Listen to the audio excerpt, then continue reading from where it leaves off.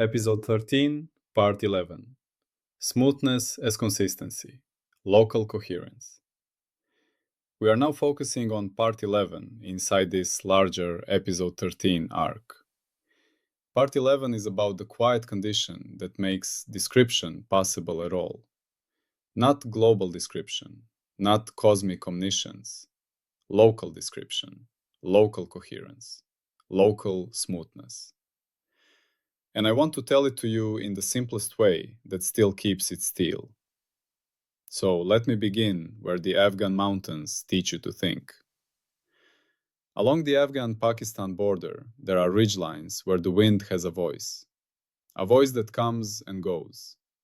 A voice that is never exactly the same, yet never completely random. In the late afternoon, when the light turns the rock faces copper and the valleys go blue, you can hear someone playing from far away. A shepherd, perhaps. You don't see him, you only hear the sound. A thin line of melody riding the air. And something strange happens when the sound reaches you. Sometimes you catch only a few notes, then the wind steals the rest. Sometimes the melody disappears behind a fold of terrain, then returns. Sometimes a whole passage is missing. Yet you still recognize it as a single tune, not noise, not a different song each time. A tune, a coherent thing. That recognition is not a luxury, it is the entire point. Because a universe can be infinite in detail, but if it is not locally coherent, no finite being can ever read it. And HOLOPHASE is not built for imaginary gods. It is built as a discipline of readability. So here is the core claim of Part 11. I will say it plainly. Phi, where it is defined and licensed, does not behave like pure randomness from point to neighboring point in its own domain. It behaves with continuity. It changes in a way that is coherent enough to be described locally with finite information. Now I will say it again in even simpler words. Nearby, phi is not a stranger to itself. It does not jump to unrelated values without warning. It changes like a melody changes, step by step, note by note, not as chaos that resets at every instant.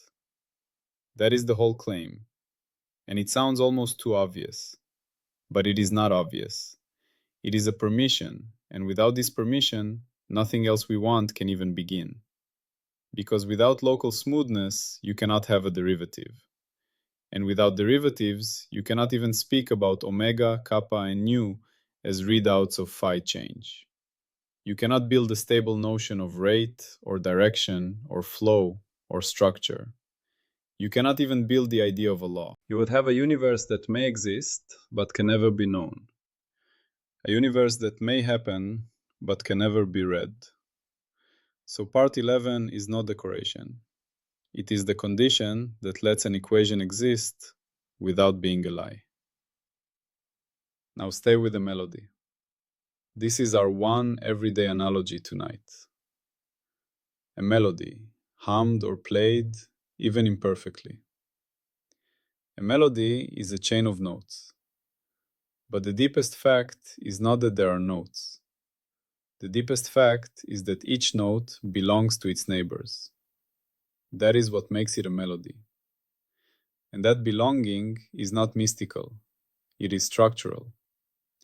If I hum 3 notes, you can often guess the 4th. Not because you have supernatural knowledge, because the local structure constrains what is plausible. The melody does not permit everything next. It permits some next things and forbids others. That is what coherence means. Now imagine the opposite. Imagine a melody where every note is chosen with no relation to the note before. No tendency, no continuity, no local logic. You could still call it sound, but you could not call it a tune. And even if you listened for a year, you could not learn it, because there would be nothing to learn. No compressible structure, No local rule that repeats. No pattern that binds the moment to its neighbor. That is what a non-smooth universe is like. And here is why this matters so much for holophase. We are building from phi alone. No pre-installed spacetime. No pre-installed matter. No pre-installed dynamics. So when we say local, we are not secretly talking about local in meters. We are talking about local in the abstract event domain that phi lives on. Local means within a neighborhood of comparable configurations, within a region where the same map applies, within a licensed patch where the overlap rules hold. Local means the difference between two phi configurations is small enough to be read as nearby in the comparability structure itself. And now comes the knife edge. If phi is locally coherent in that sense, then a finite being can summarize what it is doing in a small neighborhood. A finite being does not need an infinite book to describe a small region. A finite being can describe it with a few numbers, a few parameters, a finite packet. That is what smoothness buys you. It buys you finite description. And finite description is the root of science. Because science is compression. Science is the miracle of saying, I do not need to list every detail. I can state a rule. So part 11 is the permission for compression, the permission for rules, the permission for law. And it is not merely philosophical, it is operational. Because holophase is prediction first and falsifiable. So we must say what we would expect if this is true. And we must say how it could fail. But before prediction and falsification, let me show you how smoothness lives inside the melody analogy. When the shepherd forgets a passage, he does not restart with a completely unrelated note. He searches. He tests the air with a quiet hum. He finds a note that feels like it belongs. And when he finds it, the melody can continue. Not perfectly, not exactly as the original, but coherently. In other words, the melody has a local shape. Even with missing pieces, the nearby notes still constrain how you can return. That constraint is what makes the tune recoverable. If the tune had no local shape, there would be nothing to recover. It would be unreconstructable. Now translate. Part 11 says, phi is recoverable locally. If you know phi and a small amount of its local structure inside a patch, you can reconstruct phi nearby to some accuracy. You do not need to know everything. You need a finite local certificate. This is the deep reason we can build a derivative tree at all. Because a derivative is a question like, how is phi changing right here in this neighborhood? And that question only has meaning if right here is coherent. If the neighborhood is not coherent, the question collapses. So part 11 is the act of saying, we earn the right to ask derivative questions. Not globally, not everywhere, but locally, inside licensed patches with controlled accuracy. Now, why does this matter beyond math language? Because without smoothness, prediction becomes impossible, and the firewall demands prediction. So if smoothness is not there, holophase cannot even claim to be science. It becomes a poem with symbols. So we must put this on the table. Smoothness is the bridge between a continuous possibility field and finite observers. It is what makes a universe navigable. And navigable is not comfortable. Navigable means there are pathways of inference. You can move from what you know to what you do not know. You can learn. You can generalize. You can compress. You can build tools. That is the only reason there can be an engineering civilization at all. Now let me say something carefully because people often mishear this. Smoothness does not mean simple. A symphony is smooth, yet it can be unimaginably complex. Smoothness does not mean boring. It means the complexity is structured. It means complexity has local grammar. It means the next thing is constrained by the nearby thing. So smoothness is not the enemy of richness. Smoothness is the condition that allows richness to be read. Now we must connect this to what we already earned in the silent ground. We earned that phi lives on a loop in value space, so values wrap. We earned that global description may require an atlas, not one map. We earned that phi's domain is not a pre-installed spacetime, so events are abstract. And now, part 11 says, inside any valid local chart in that atlas, phi behaves coherently enough to be approximated, to be summarized, to be spoken about, because otherwise, patches do not help. An atlas of chaos is still chaos. So part 11 is like this. Patches give you local viewpoint. Smoothness says, within the viewpoint, reality speaks a coherent dialect. So you can write sentences, not just scream. Now we come to the operational prediction.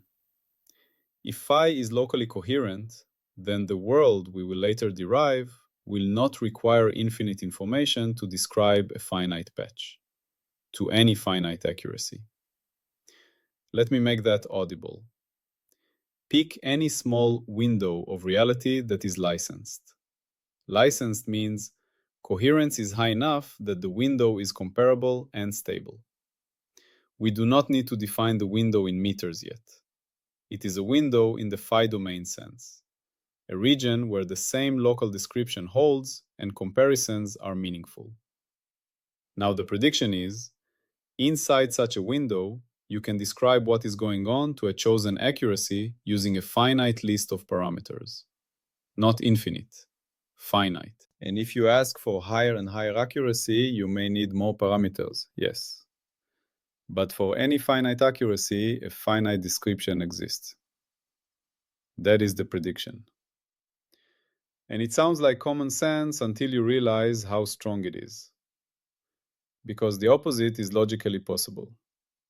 The opposite is a universe where each tiny neighborhood contains irreducible novelty that cannot be compressed, where no finite summary works, where every further zoom reveals completely independent detail, a universe of pure white noise structure. And in such a universe, there is no law. There is no prediction. There is no stable instrument. There is no science.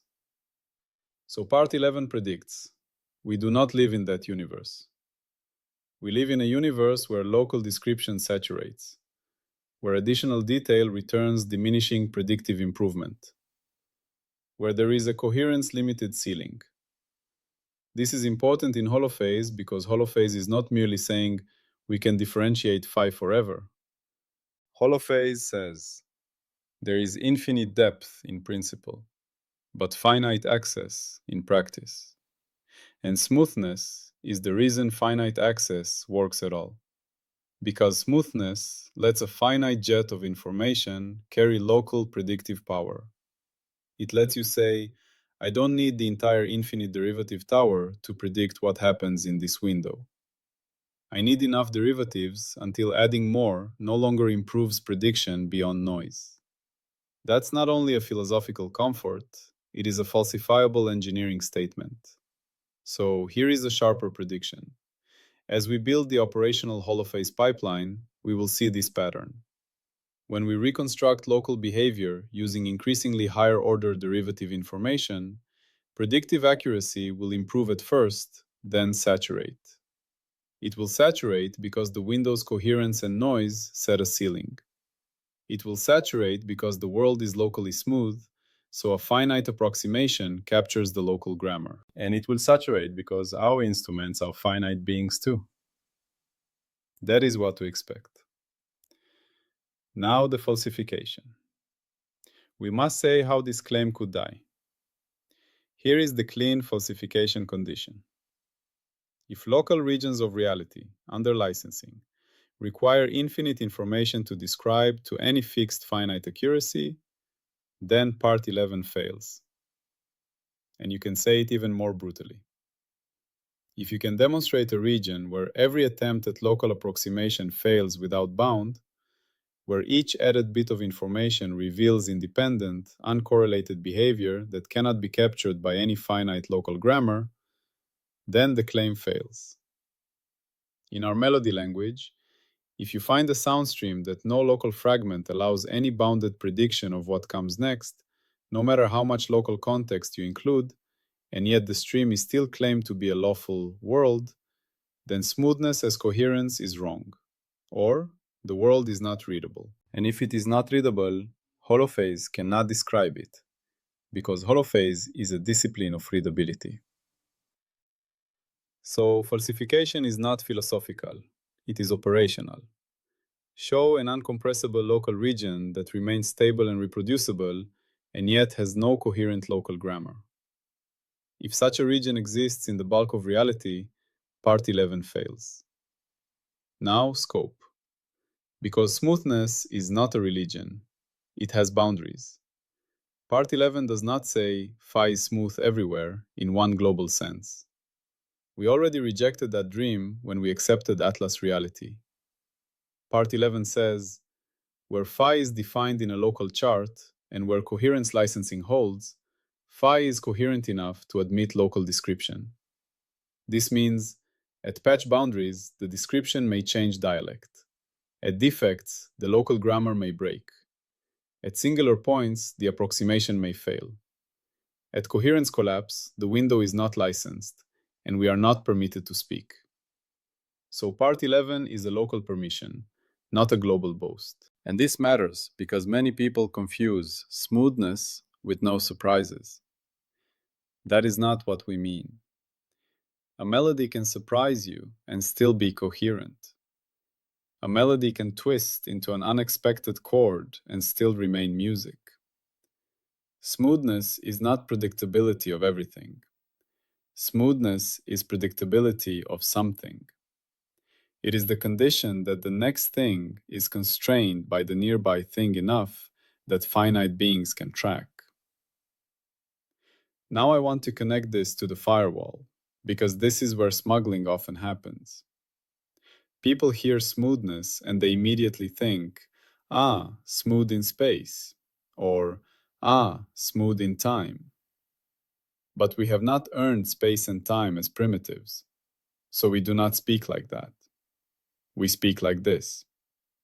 Smoothness is continuity in the topology of the event domain. Smoothness is local coherence in the comparability structure.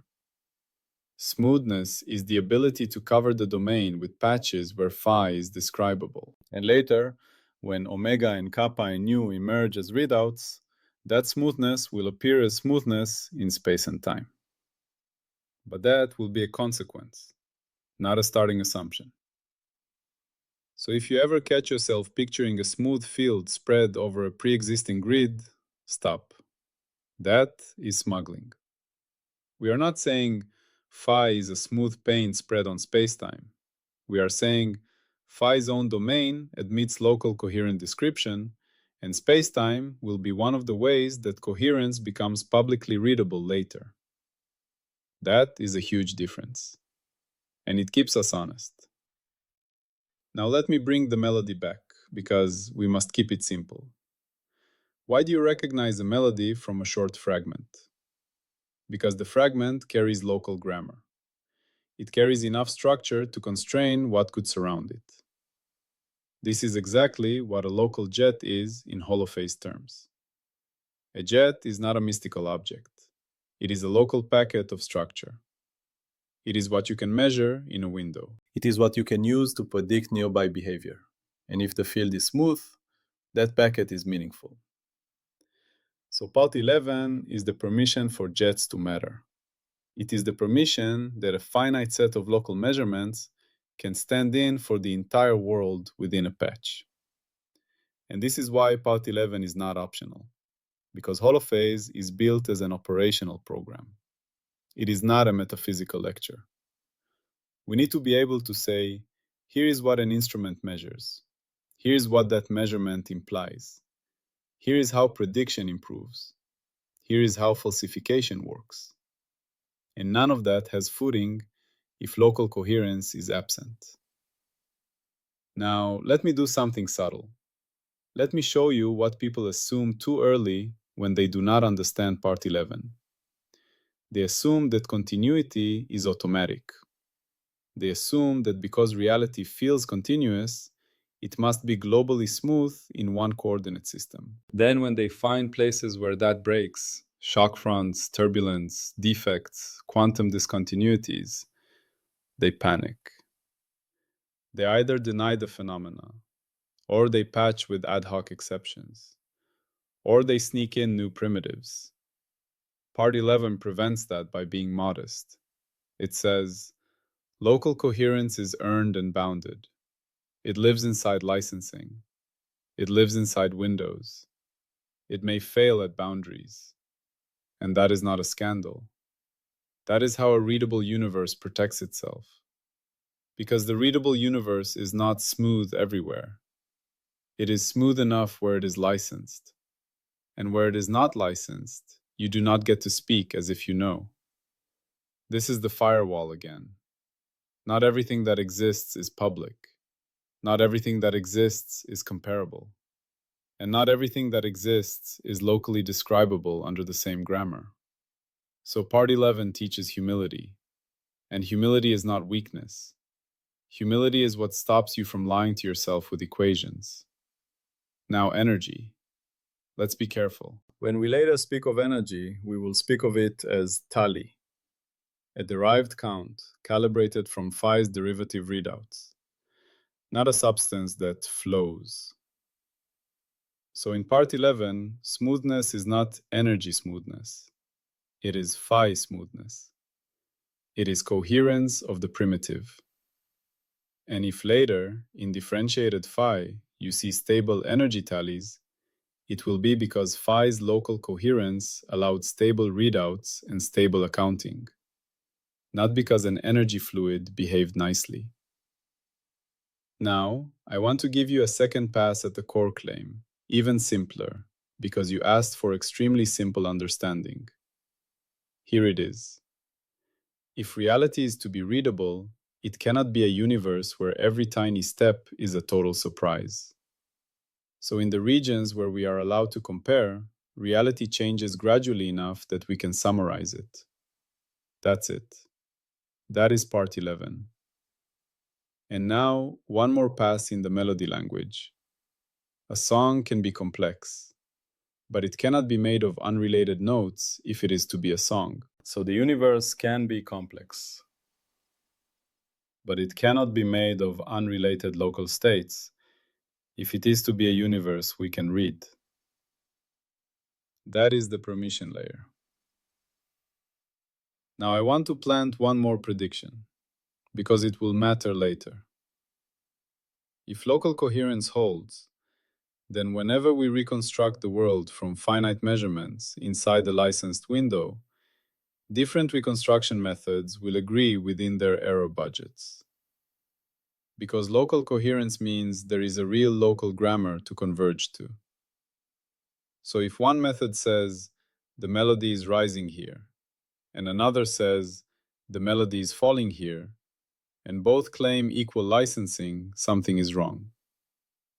Either one method is broken, or licensing failed, or the window was not coherent enough. So local coherence implies method agreement. Agreement within certified uncertainty. This is the kind of prediction HOLOPHASE likes. Not vague, not metaphysical, operational. Now, if you want to falsify that, here is the condition. If two independent, properly licensed reconstruction pipelines consistently disagree beyond certified uncertainty in ordinary regimes, then local coherence as consistency is compromised. Either the world is not locally coherent in the way we assumed, or our licensing criterion is wrong, or our encoders are not faithful. But in all cases, the claim would need revision. This is healthy. This is what science is. Now, let's return once more to the Afghan border ridgeline. You're walking. The wind is moving. You hear a few notes, then silence, then notes again. And notice what your mind does. Your mind does not treat the gaps as the universe broke. Your mind treats the gaps as missing data. Because you trust the underlying coherence. You trust that if you had a better microphone or a calmer wind, the tune would be continuous. And because you trust that, you can keep walking with the melody in you. That is exactly what Part 11 installs. It installs the right kind of trust, not blind trust, licensed trust. Trust conditioned on coherence. Trust that can be revoked when the firewall says revoke it. And this is why Part 11 belongs in the silent ground. Because before you let change become public, you must ensure that change can be read. And to be read, it must be locally coherent. Now we are close to the end of this part, so I will give you the listener carry. One sentence you can keep. Local reality is coherent enough to describe. Hold that sentence. It means you can learn because the next thing is not unrelated to the nearby thing. You can build because the world has local grammar. You can do science because finite measurements summarize infinite-looking detail. And you can do holophase because the derivative language has meaning only when the field has local coherence. Now, one more calm step before we close. Scope again. Part 11 does not claim that everything is smooth at every scale and in every region. It claims that in licensed regions, within a patch, local descriptions exist. It claims that if you zoom in with a coherent window, you can approximate. And if the approximation fails, you do not panic. You check licensing. You check coherence. You check whether you crossed into a boundary, a defect, a regime change. You respect the firewall. This is not a weakness. This is how a discipline stays true. Now I'll end the way we began, with the melody. A melody is not perfect memory. A melody is local belonging. It is the rule that makes missing pieces reconstructible. It is the grammar that turns fragments into music. Part 11 says, reality has that grammar, locally, where it is licensed. And because it does, we are finally close to the next permission. Because once local coherence is granted, the next question becomes unavoidable. If phi has a locally coherent landscape of possibilities, how does a particular path through that landscape become the public history we call a world? How does possibility become a certified sequence without smuggling in an actualizer as a primitive? That door opens in the next part. For now, keep one simple thing. Local reality is coherent enough to describe. And that is the quiet miracle that makes every other miracle readable.